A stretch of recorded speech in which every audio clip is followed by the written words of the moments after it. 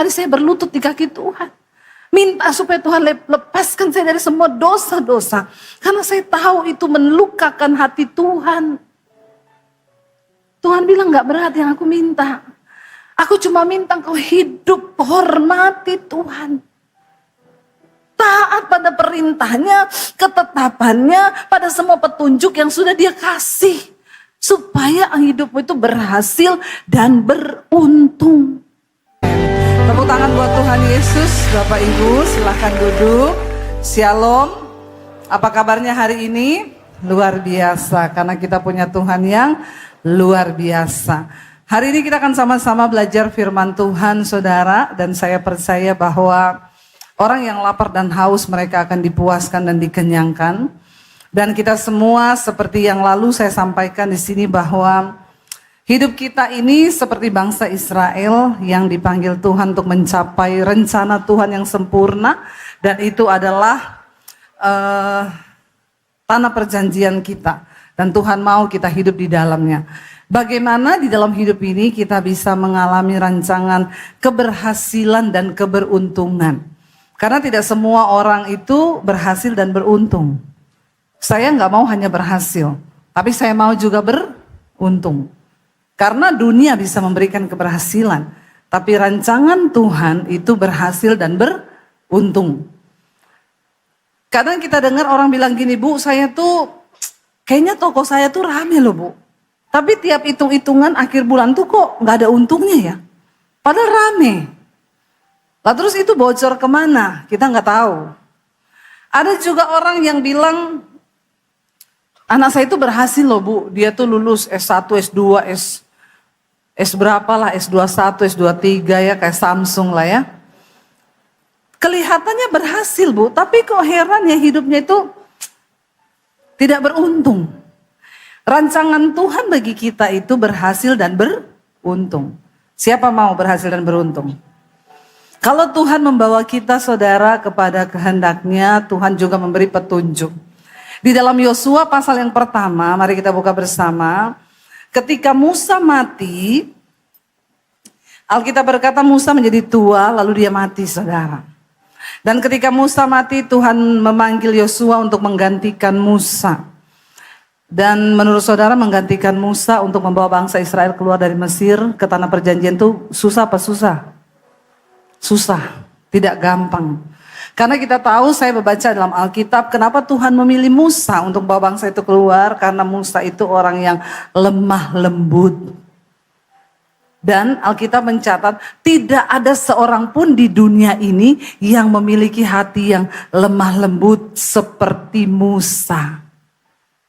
Mungkin Musa itu nenek moyangnya orang Solo. Ya, makanya dia lemah lembut. Ya, nggak bisa marah Musa itu. Ya, mirip sama suami saya lah ya. Suami saya orang Solo, kalau marah, aku boleh marah, enggak. Saya bilang kalau mau marah, marah aja, enggak usah permisi. Ada orang mau marah permisi, mau marah gitu. Ya, tapi saking lemah lembutnya. Nek wong Surabaya mungkin ngono ya. Beda lagi. Tapi kita tahu dalam ceritanya, karena bangsa Israel itu keras kepala, tegar tengkuk, kepala batu, enggak mau bertobat, enggak denger-dengeran. Sampai satu kali mereka marah sama Musa dan berkata, ini gara-gara kamu, kenapa kamu bawa kami keluar dari perbudakan di Mesir untuk mati di padang gurun karena kami gak bisa minum, gak ada air? Lalu pada waktu itu Musa datang sama Tuhan dan berkata, Tuhan, apa yang harus aku lakukan dengan bangsa ini? Tuhan bilang, aku izinkan itu supaya kamu bikin mujizat. Supaya bangsa Israel itu percaya bahwa aku Tuhan yang berkuasa yang menyertai mereka. Jadi sekarang gimana nih Tuhan? Tuhan bilang, ambil tongkatmu, arahkan ke gunung batu. Lalu bilang sama gunung batu itu, keluarlah air. Tapi karena Musa ini didesak sama bangsa Israel yang keras kepala itu. Musa cuma disuruh arahkan tongkat ke gunung batu. Musa emosi, saudara. Dia pukul itu gunung batu pakai tongkat. Untung Musa orang Solo, jadi marahnya begitu. Kalau Musa orang Sulawesi kayak saya, itu tongkat melayang di kepalanya bangsa Israel itu.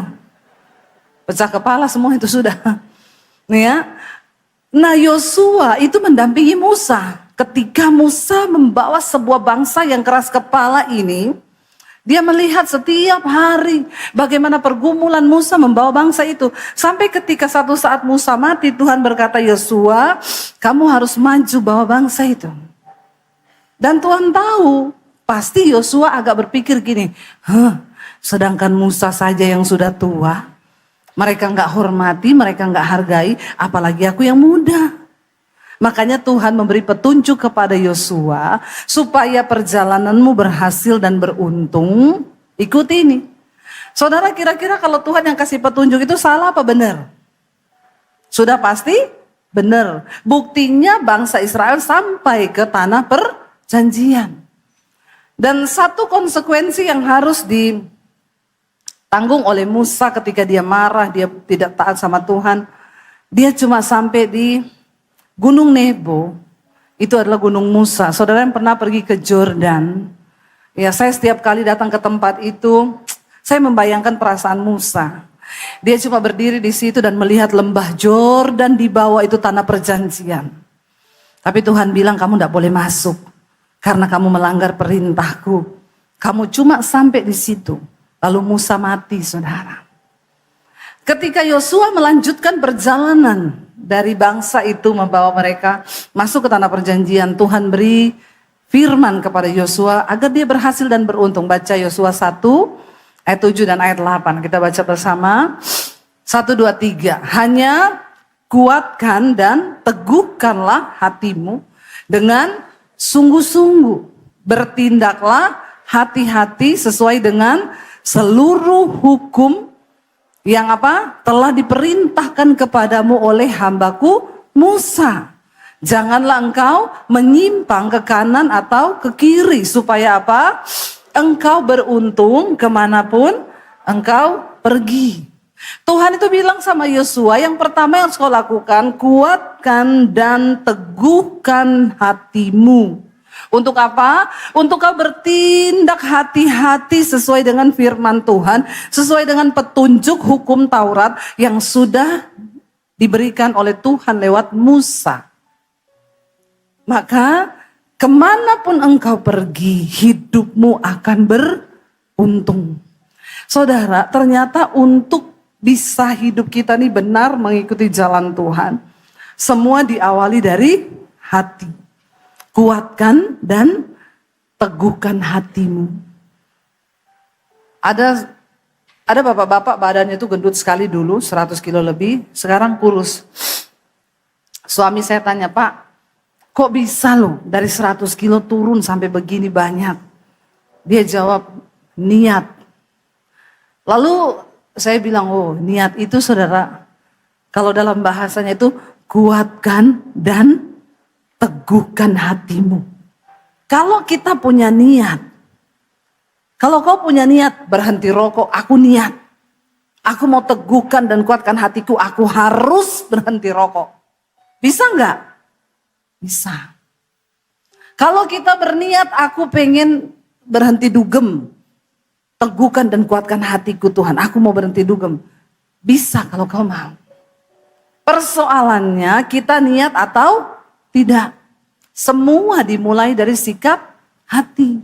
Maka ketika hati kita ini berniat untuk mengikuti hukum Tuhan, maka Tuhan tadi jamin engkau akan berhasil dan beruntung kemanapun engkau pergi. Dengan kata lain, orang yang disertai Tuhan, yang melakukan firman Tuhan itu, dimanapun engkau berada, Alkitab menjamin engkau menjadi orang yang beruntung. Orang bodoh itu kalah sama orang pintar. Tapi orang pintar itu kalah sama orang rajin. Orang rajin kalah sama orang yang hoki. Alias beruntung. Orang beruntung itu kadang bodoh saudara. Tidak pintar. Tapi karena Tuhan menyertai, ada aja pintu-pintu yang terbuka. Ada aja hal-hal yang kita nggak nyangka, kok bisa ya, sehingga hidup kita ini penuh dengan kemurahan karena keberuntungan menyertai kita. Kemarin kan Imlek kan, semua pada doanya biar beruntung tahun ini kan. Ya makanya jangan nyapu-nyapu, nanti keuntungannya pergi loh. Ya, lalu pokoknya jangan pokoknya harus nyalakan petasan supaya setannya pergi. Enggak saudara, berkatmu enggak pernah tertukar. Ada orang konseling sama saya, Bu, itu loh, ada orang nyanyi toko saya, masa dia buka di toko saya, dia jual sama yang saya jual. Saya cuma bilang, Ibu, enggak usah panas hati. Toko bisa ditiru, usaha bisa ditiru, tapi berkat itu enggak pernah bisa ditiru dan tidak pernah bisa tertukar. Sebab Tuhan itu tidak pernah salah menakar dan memberikan berkat kepada orang yang tepat. Amin. Jadi Tuhan bilang, kuatkan, teguhkan hatimu, berusaha sungguh-sungguh, lakukan sesuai apa yang tertulis, maka dimanapun engkau pergi, engkau akan beruntung. Jadi saudara, tidak persoalan di mana tempat kita berada. Seringkali orang bilang, ini kayaknya tempatnya ini aku kayaknya nggak cocok ini di sini. Ini kayaknya bukan ini saya di sini. Ini kayak rumahnya ini suasana nggak enak loh. Makanya banyak orang menghindari beli rumah tusuk sate. Saya kalau cari rumah, saya cari yang tusuk sate. Ya, kalau bisa ada setannya. Ya. Saya tanya sama satpamnya, Pak, di mana ada rumah tusuk sate di sini, Pak? Satpamnya bilang, gue tunjukin rumah belum laku yang tusuk sate. Saya pergi lihat, saudara. Kenapa nih gak laku-laku? Pertama tusuk sate, Bu. Kedua katanya angker. Saya bilang sama satpamnya, emang kamu pernah lihat setan? Ya beberapa kali sih saya lihat ada penampakan. Kayak apa, Pak? Ya pokoknya begitulah. Ibu niat mau beli itu, niat. Karena kalau saya masuk, setannya saya usir. Pindah di pos satpammu. Satpamnya bilang, astagfirullah Ibu, jangan begitu ya Ibu. Saya bilang, iya Pak, karena setan itu gak suka tinggal bareng sama orang yang hidup lurus. Kalau ada orang, setan suka tinggal sama dia, ada di rumahnya ada setan, dilihat setan, itu pasti temennya setan. Jadi kalau ada temenmu sedikit cerita, aku lihat setan, kamu temannya setan ya, jangan-jangan teman akrab. Makanya sering ditampaki malah mau tinggal bareng tuh setan. Kalau kita hidup benar, hidup kudus, tidak ada setan mau tinggal sama kita, amin. Karena frekuensinya berbeda.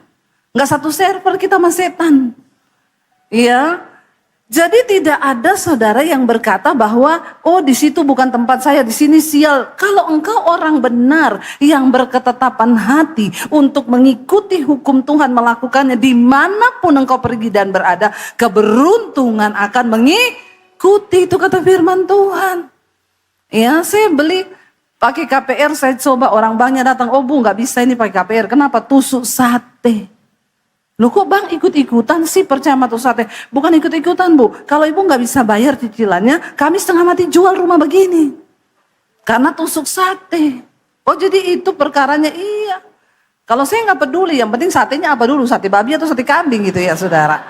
Kan nggak usah lah dipercaya. Kalau hidup kita benar, berkat Tuhan itu mengikuti kita. Lalu yang kedua, ayat yang ke-8, Yosua, kitab Yosua 1 ayat 8, firman Tuhan berkata begini sama Yosua, baca. Janganlah apa?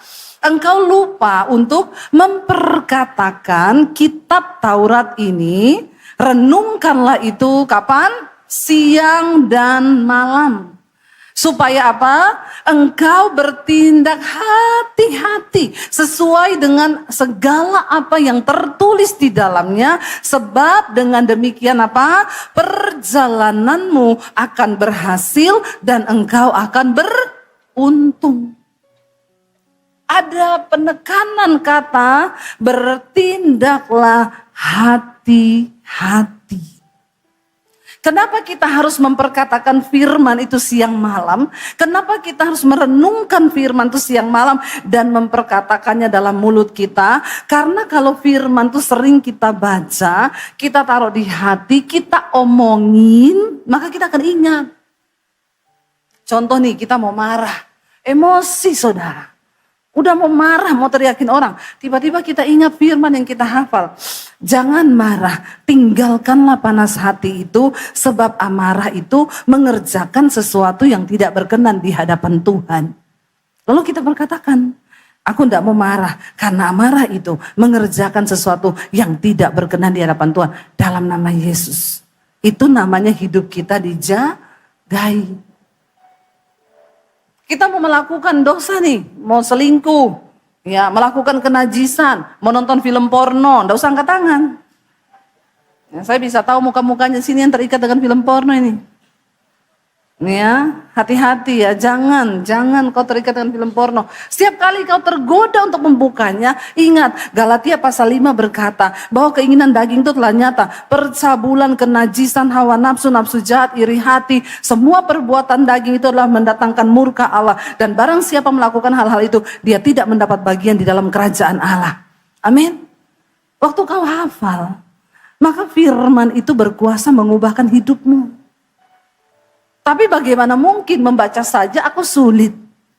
Kau gak pernah baca Alkitab. Gak pernah merenungkan firman Tuhan. Bagaimana mungkin firman itu bisa berbicara mengingatkan engkau. Makanya dikatakan renungkanlah itu siang dan malam. Jangan engkau lupa memperkatakan firman itu supaya engkau bertindak hati-hati. Semua itu lahir dari hati. Di pikiran turun ke hati, akhirnya kita pengen melakukan sebuah tindakan. Tapi kalau ada firman dalam mulut kita dan hati kita perkatakan itu siang malam, ya gak mungkin lah kita berdosa. Makanya kalau ada bilang, Bu, saya pengen berhenti rokok, Bu, saya pengen berhenti dari kenajisan, Bu, saya ini terikat dengan homoseksual, Bu, saya ini, ya gampang, dekatkan dirimu dengan Tuhan. Baca firman, baca Alkitab. Maka di mana ada kebenaran, di situ ada kemerdekaan. Amin, saudara. Kita harus mengerti ini. Jangan kau biarkan tubuhmu itu menguasai engkau. Rasul Paulus berkata, karena itu aku melatih tubuhku ini dan berusaha untuk menguasainya sepenuhnya. Supaya jangan aku sudah memberitakan Injil, tapi aku ditolak oleh Tuhan. Sekelas Rasul Paulus takut ditolak. Bagaimana dengan saudara dan saya? Oh, saya pede, Bu, masuk surga pasti. Kau punya orang dalam. Hah? Jangan sembarangan. Surga itu mulia. Enggak ada orang sembarangan yang bisa masuk ke sana sembarangan. Saudara masuk istana presiden aja enggak bisa sembarangan, apalagi masuk surga. Iya, ayo kita serius. Kalau kita mau mengalami keberhasilan dan keberuntungan bahkan sampai pada kekekalan, jangan lupa perkatakan kitab Taurat ini. Saya tantang saudara hafal ayat 1 hari 1, pasti hidupmu berubah. Enggak ada amin lagi. Ya pasti hidupmu berubah. Baca 1 ayat. Waktu engkau mau marah sama iparmu, waktu engkau mau kepahitan. Ya, lalu kita ingat karena amarah itu menetap dalam hati orang bodoh. Dan hati orang yang kepahitan barang siapa membenci saudaranya, dia adalah pembunuh manusia. Mana bisa kita kepahitan kalau firman sudah kita baca. Kita perkatakan, kita renungkan siang dan malam. Itu yang Tuhan suruh, perkatakan saudara. Kita lihat saudara, mungkin saudara bilang susah Bu untuk melakukan firman itu susah. Buka Ulangan pasal 30. Ya, kita lihat apa yang firman Tuhan katakan. Ulangan 30 ayat 11 sampai ayat 16 ya. Baca dengan suara yang keras yuk. Sebab perintah ini yang kusampaikan kepadamu pada hari ini tidaklah terlalu sukar bagimu, tidak pula terlalu jauh. Bilang kanan kirimu, untuk melakukan perintah Tuhan tuh tidak sukar. Asal niat kita. Tidak sukar, bilang hidup kudus itu tidak sukar. Asal niat dari hati. Dan perintah ini tidak jauh. Baca bersama ayat berikutnya. Tidak di langit tempatnya sehingga engkau berkata, siapakah yang akan naik ke langit untuk mengambilnya bagi kita dan memperdengarkannya kepada kita supaya kita melakukannya. Perintah Tuhan itu tidak jauh, tidak sukar. Bukan di langit yang tidak terjangkau. Firman Tuhan tuh berada sangat dekat, saudara. Jangan bilang susah, karena itu dekat dengan kita, bukan di langit yang tidak terjangkau. Apalagi saudara yang sudah mengerti firman Tuhan, apalagi saudara yang sudah punya Alkitab, itu perintah yang dari Tuhan, saudara. Itu yang harus kita lakukan. Lalu ayat yang berikutnya berkata apa?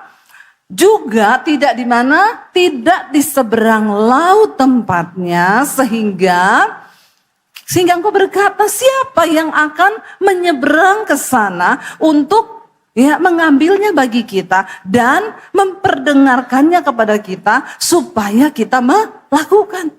Perintah Tuhan itu tidak jauh, bukan di seberang laut, cuma di dekat kita. Lo lihat ayat berikutnya, tetapi apa? Baca bersama. Tetapi firman ini sangat dekat padamu, yakni di mana? Di mulutmu dan di dalam hatimu. Untuk apa? Untuk dilakukan. Saudara, Alkitab berkata begini, Allah itu menuliskan hukum-hukumnya di dalam hati manusia. Sejahat apapun manusia itu, di hatinya itu ada hukum Tuhan. Entah dia percaya Yesus, entah tidak. Yang namanya manusia, Tuhan sudah menulis hukum Tuhan itu di dalam hatinya, saudara. Jadi orang itu kalau ditanya selingkuh itu dosa apa tidak? Menurut saudara dosa atau tidak? Tahu semua kan? Siapa yang ngajarkan? Bukan pendeta yang ngajarkan. Karena itu hukum Tuhan. Anak kecil saudara tanya, bohong itu dosa apa tidak? Dia tahu itu dosa. Nyuri duit orang tua. Kenapa anak kecil dulu kalau nyuri, termasuk saya, kalau nyuri orang tua punya uang diam-diam. Karena saya tahu itu salah. Enggak ada yang mengajarkan kepada saya bahwa itu salah. Karena ada hukum Tuhan dalam hati manusia, makanya manusia itu tahu mana yang benar, mana yang salah. Makanya Tuhan bilang tidak jauh firman itu, perintah itu tidak jauh, dia berada di hatimu dan di mulutmu untuk dilakukan. Persoalannya sekarang orang Kristen pada nggak mau untuk hidup melakukan firman Tuhan. Udah dibilang loh, jangan kepahitan sama iparmu, tetap aja kepahitan. Yang diikuti dagingnya itu loh. Jangan terikat dengan film porno, tetap aja nonton, dagingnya ini diikuti. Karena kau memang malas dan tidak punya niat untuk berubah. Dan kalau engkau hidup terus seperti ini, tidak mungkin hidupmu itu berhasil dan beruntung, saudara. Tidak mungkin. Ini firman Tuhan loh yang berkata. Ya, firman itu dekat di hati dan di mulut. Lalu apakah firman itu? Ayat berikutnya berkata begini, coba kita baca ayat yang berikutnya. Ingatlah, aku menghadapkan kepadamu pada hari ini apa? Kehidupan dan keberuntungan. Juga apa? Kematian dan kecelakaan. Setiap hari itu dalam hidup kita itu ada dua pilihan. Ada kehidupan dan keberuntungan, ada kematian dan kecelakaan. Siapa yang memilihnya, saudara? Engkau sendiri yang menentukan yang mana yang harus kau pilih. Kalau engkau hidup sungguh-sungguh mendengarkan perintah Tuhan, maka engkau memilih kehidupan dan keberuntungan. Kalau kita rindu, saudara, janji Tuhan tergenapi dalam hidup kita, saya mau bilang Tuhan terlebih rindu untuk melakukan berkatnya, mencurahkan janjinya dalam hidup kita ini. Tapi kan tidak semua orang bisa mengalaminya. Sebab ada dua jalan yang diperhadapkan kepada kita pada hari ini. Ada kehidupan dan keberuntungan, ada kematian dan kecelakaan. Dan kita yang harus memilih. Lalu apakah perintah itu? Baca ayat yang berikutnya, dikatakan di sana. Karena pada hari ini aku memerintahkan kepadamu apa?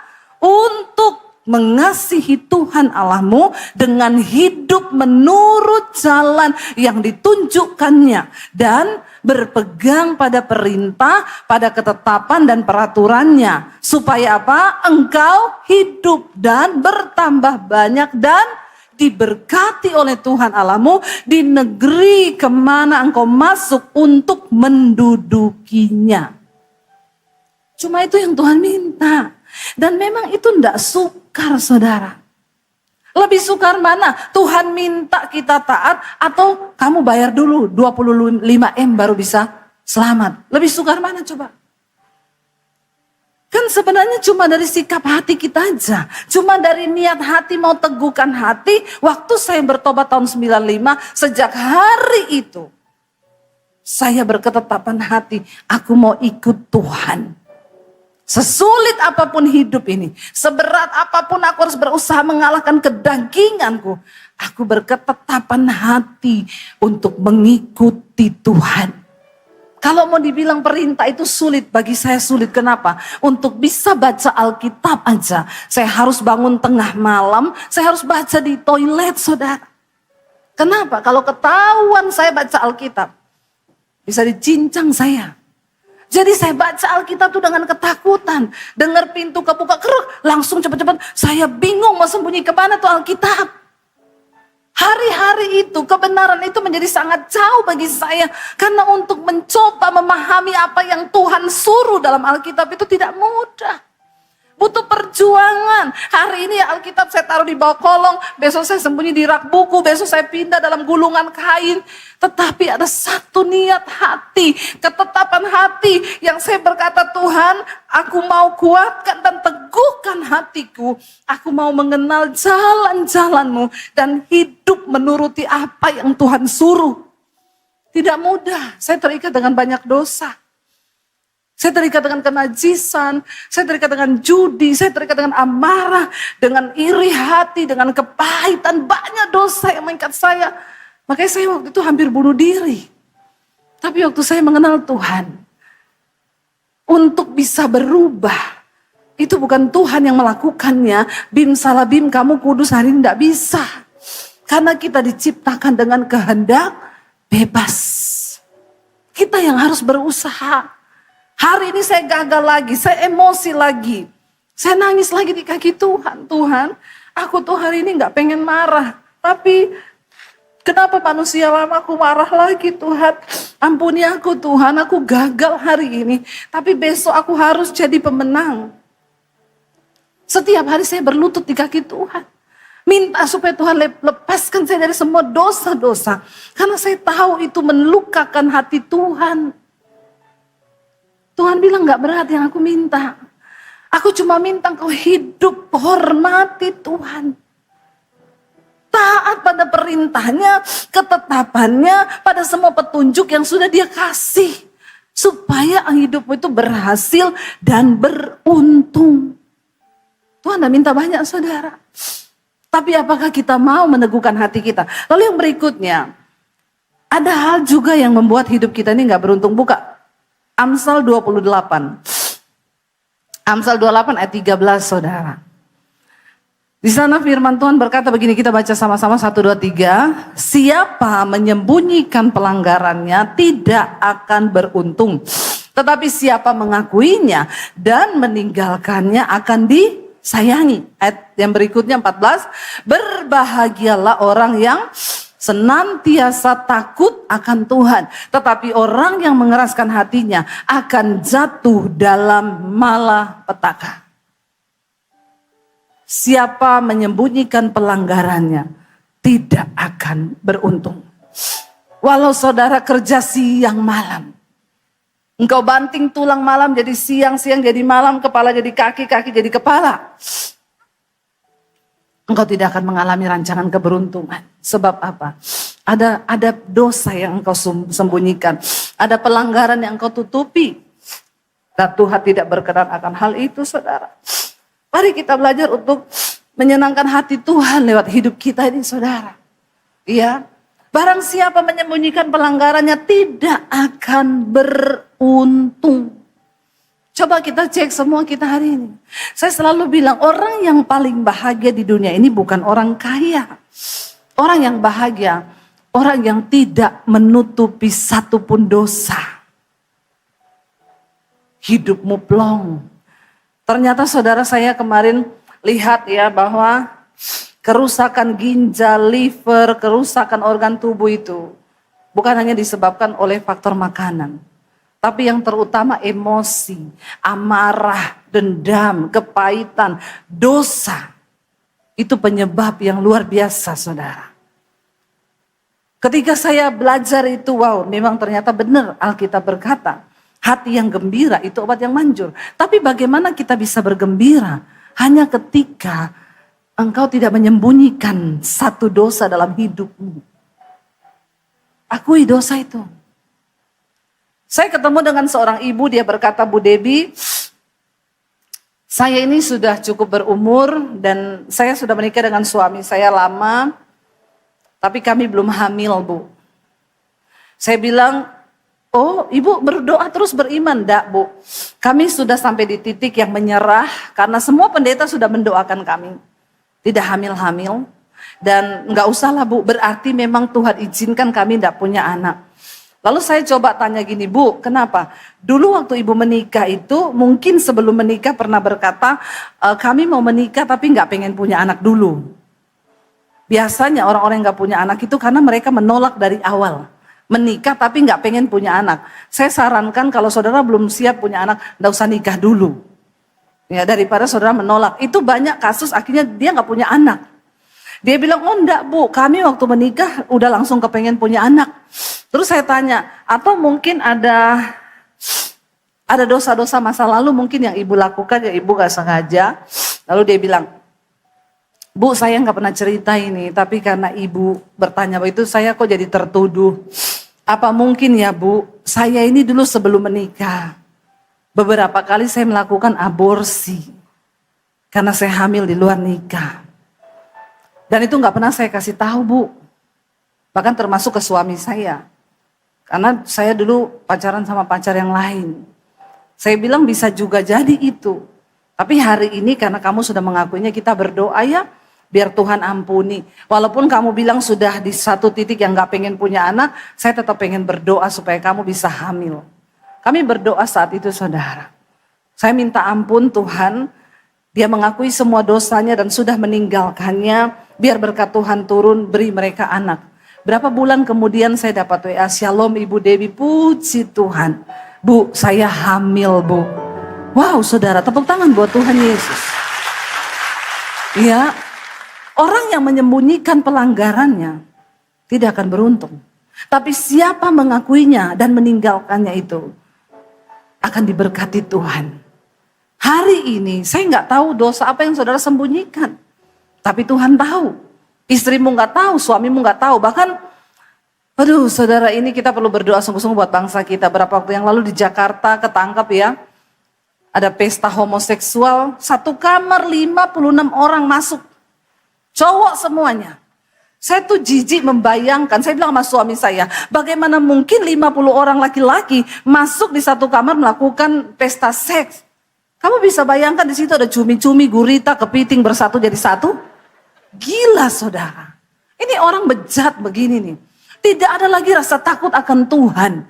Saya mengerti kalau orang punya kelemahan, mungkin punya kelainan. Tapi Tuhan akan menghargai itu ketika engkau datang duduk nangis di kaki Tuhan dan berkata, Tuhan, aku mau lepas dari dosa ini karena aku tahu ini tidak benar.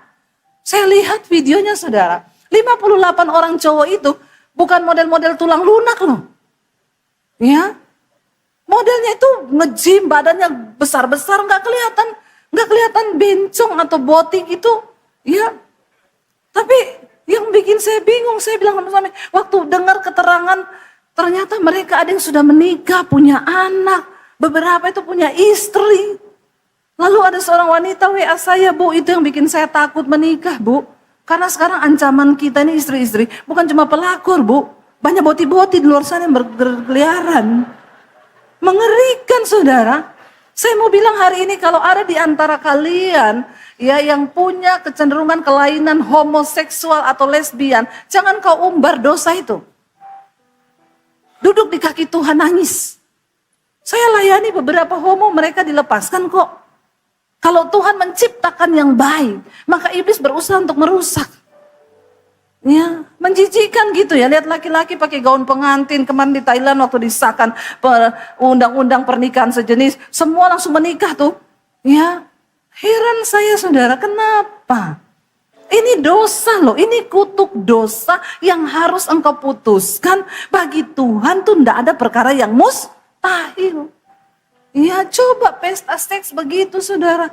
Aduh, mengerikan sekali. Ya, kalau kita berdoa sama Tuhan, menangis dan Tuhan ampuni saya. Ini roh-roh persinahan hari-hari ini bekerja begitu luar biasa loh. Ya, saya berdoa saudara, perselingkuhan lagi. Artis sudah cantik, suaminya selingkuh, sekarang viral. Tiap buka sosial media kayaknya istrinya terus berkoar-koar itu tentang suaminya. Istri-istri juga, kalau suamimu selingkuh, tidak usah berkoar-koar di media sosial. Duduk di kaki Tuhan berdoa, amin. Ya, ini isinya semua Indonesia, ini kita perlu berdoa betul-betul saudara.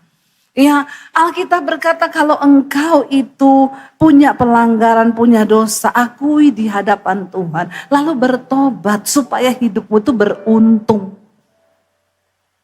Orang yang menyembunyikan dosa tidak akan beruntung. Ya, malah semakin hidupnya itu tertekan, semakin menderita. Tadi yang dikatakan ayat terakhir apa? Tetapi orang yang takut akan Allah itu akan disayangi. Baca bersama. Berbahagialah orang yang senantiasa takut akan Tuhan. Tetapi orang yang mengeraskan hati akan jatuh dalam malapetaka.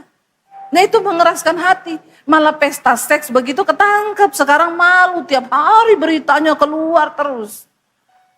Please saudara. Tidak ada satupun dari kita yang kebal dosa. Tapi Tuhan lihat sikap hatimu. Waktu engkau duduk di kaki Tuhan, menangis dan berkata, ini aku Tuhan, aku mau bertobat. Maka tidak ada perkara yang mustahil. Tuhan akan ubahkan kita. Ayo kita jalani waktu sisa hidup kita yang tidak berapa lama ini. Karena kita sedang mempersiapkan diri menyambut kedatangan Tuhan kali yang kedua. Tidak ada satupun yang tertinggal. Karena kalau kita tertinggal itu sama dengan kebinasaan. Ya, dosa di dunia ini semakin merajalela. Tapi Tuhan mau kita menjadi anak-anak Tuhan yang dikuduskan. Dan dipandang layak untuk memperoleh berkat dan janji Tuhan. Amin saudara. Bangkit berdiri bersama di hadapan Tuhan.